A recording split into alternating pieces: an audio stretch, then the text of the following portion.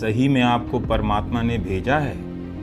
परमात्मा से पूछकर बोल रहे हैं या परमात्मा को भी चूना लगाने की तैयारी है?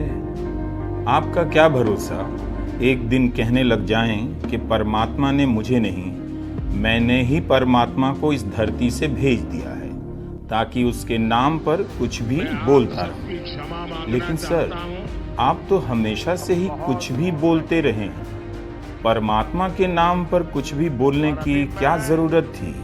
हेलीकॉप्टर में उतरकर मतलब सर, आप बायोलॉजिकली तो पैदा नहीं हुए, कुछ तो सोच लेते।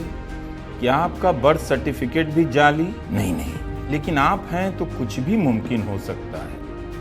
पासपोर्ट पर आपने प्लेस ऑफ बर्थ के कॉलम में क्या लिखा होगा? परमात्मा गार्डन या परमात्मा गली? इसलिए आपकी तमाम रैलियों में मैं मौजूद रहता हूँ, खड़ा खड़ा आपको देखता रहता हूँ। आप जिधर भी हाथ हिलाने के लिए मुड़ते हैं, मैं उधर मौजूद हो जाता हूँ। इस चुनाव में मैंने आपको बहुत करीब से देखा है। इस चुनाव के बाद आप भी खुद को करीब से देखिएगा, परमात्मा को याद कीजिएगा और मुझे मत भूल जाइएगा। इस बार मैंने आपको अखबारों में दूसरी नज़र से देखा। उसमें लगा ही नहीं कि आप प्रधानमंत्री हैं। मजबूत निर्णय लेने वाली सरकार के मजबूत नेता तो बिल्कुल नहीं लगे। ऐसा लग रहा था कि आपको प्रधानमंत्री के सेट पर किसी ने बिठा दिया है और आप प्रधानमंत्री की एक्टिंग कर रहे हैं। 3-4 वैरायटी का सेट था। डायरेक्टर ने पहले आमने सामने कुर्सी रख दी, फिर 1, फिर 2, फिर 3 कुर्सियां लगा दी। लोग जब बढ़ते चले गए तो गोल मेज रख दी गई। अगर आप ही डायरेक्टर थे तो आप कमाल के डायरेक्टर हैं। इंटरव्यू के दौरान आपका पीएमओ फिल्म सिटी लग रहा था सर। इंडोर शूटिंग के लिए अलग सेट, आउटडोर शूटिंग के लिए अलग सेट। ये सब इसलिए लग रहा था कि इंटरव्यू से कुछ निकल नहीं रहा था।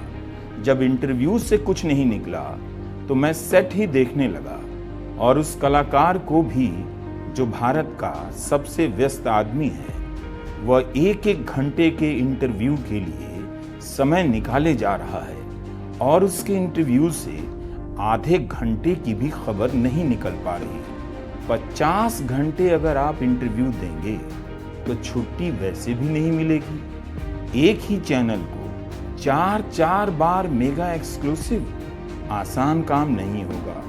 लेकिन आपने इस बार इंटरव्यू का इस्तेमाल रैलियों की तरह तो किया ही है। इतना सब कर लिया तो रील्स क्यों नहीं ट्राई किया सर? राहुल की तरह रील्स बनाते, चौधरी चरण सिंह एयरपोर्ट की हकीकत बताते, इसी चक्कर में अपने विमान के भीतर का भी रील्स बना देते। कांग्रेस कहती है 8,000 करोड़ का विमान है, इसका रील्स तो सुपर हिट हो जाएगा सर। लेकिन इस वाले विमान का रील मत बनाइएगा। वैसे भी आपने ही कहा था कि भाई साहब आजकल टेम्पो में काला धन पहुंचा रहे हैं। जहाज का भाड़ा दिया था या ऐसे ही फ्री में? राइड हैप्पी राइड, क्या बात है सर। 50 से अधिक इंटरव्यू तो हो ही गए होंगे और इंटरव्यू के इस नाटक में 100 के करीब संपादक और पत्रकार तो आ ही गए होंगे। इससे तो अच्छा होता कि एक प्रेस कॉन्फ्रेंस का सेट ही बनवा लेते। मैं बनवा देता, मुंबई से किसी डायरेक्टर को बुलवा लाता, वो पीएमओ फिल्म सिटी में प्रेस कॉन्फ्रेंस का सेट बना देता। आप उन सभी 100 पत्रकारों को बुलाते और प्रेस कॉन्फ्रेंस की शूटिंग हो जाती। फिल्म सिटी आपकी, पत्रकार आपका, कैमरा आपका, डायरेक्टर किसी का भी हो। 50-100 कट में इसे फिनिश कर ही लेता और देश को दिखा दिया जाता कि प्रधानमंत्री मोदी ने प्रेस कॉन्फ्रेंस कर ली। हो गई प्रेस कॉन्फ्रेंस जिसका 10 साल से इंतजार था। सब आते बारी बारी से अपना शॉट देखते घर चले जाते। सवाल भी वही लिख कर देता जो इन पत्रकारों को फोन कर बुलाता है। मोदी जी, जब भी ऐसा करें मुझे जरूर बुलाइएगा।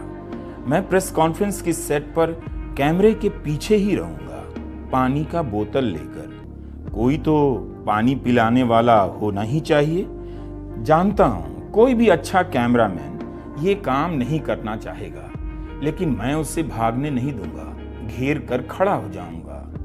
डायरेक्टर एक एक एक्टर को समझाएगा कैसे पत्रकार बनकर सवाल करना है, कैसे सवाल करते वक्त पत्रकार लगना है। जो भी सवाल पूछना है आप मुझे पकड़ा दीजिएगा, एक डायलॉग मिस नहीं होने दूंगा सर। आप नहीं भी होंगे कोई बात नहीं, आपके डबल से पूरी प्रेस कॉन्फ्रेंस शूट कर लूंगा। हर चरण के हिसाब से इंटरव्यू के सेट पर फोटो बदलवा दूंगा, कभी शिवाजी तो कभी स्वर्ण मंदिर। मेरा डायरेक्टर हर राज्य का सेट बनाने में उस्ताद है। लगेगा कि आप कभी पटना के गांधी मैदान में बैठे हैं, कभी चंडीगढ़ के सेक्टर 17 में इंटरव्यू दे रहे हैं। चर्चा ही चर्चा, मौजा ही मौजा सर। अखबारों के इंटरव्यू पर मेरी कोई राय नहीं है, सीरियसली। लेकिन चुनाव के बाद आप जरूर पढ़िएगा।